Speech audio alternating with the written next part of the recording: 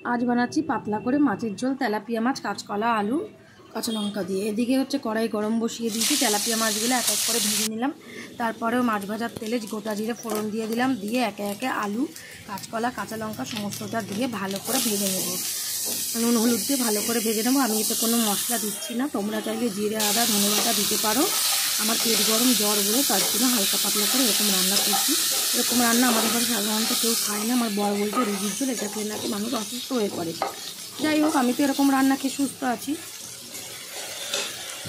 কথা বলতে বলতে কাঁচকলা আলু সব ভাজা হয়ে গেল। এবার এর মধ্যে কিছুটা গরম জল দিয়ে দেবো। গরম জল দিয়ে দিলাম। এবার যতক্ষণ না ঝোলটা ফুটে আসবে ততক্ষণ মাছ দেবো না।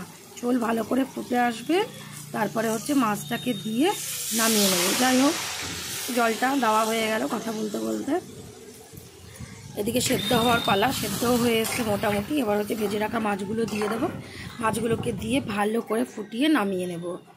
এদিকে কাঁচকলা আলু সমস্ত সেদ্ধ হয়ে গেছে, মাছগুলোকে দিয়ে দিলাম। কিছুক্ষণ ঢেকে রাখবো, দিয়ে নামিয়ে নেবো। খেতে খুব ভালো লেগেছিলো।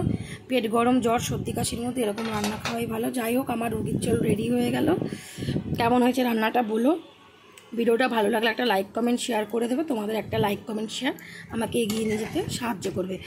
আর আমাকে অনেকে সাবস্ক্রাইব করেছে, তাদেরকে অসংখ্য ভালোবাসা, ধন্যবাদ সবাইকে। রাধে রাধে, ভালো থেকো।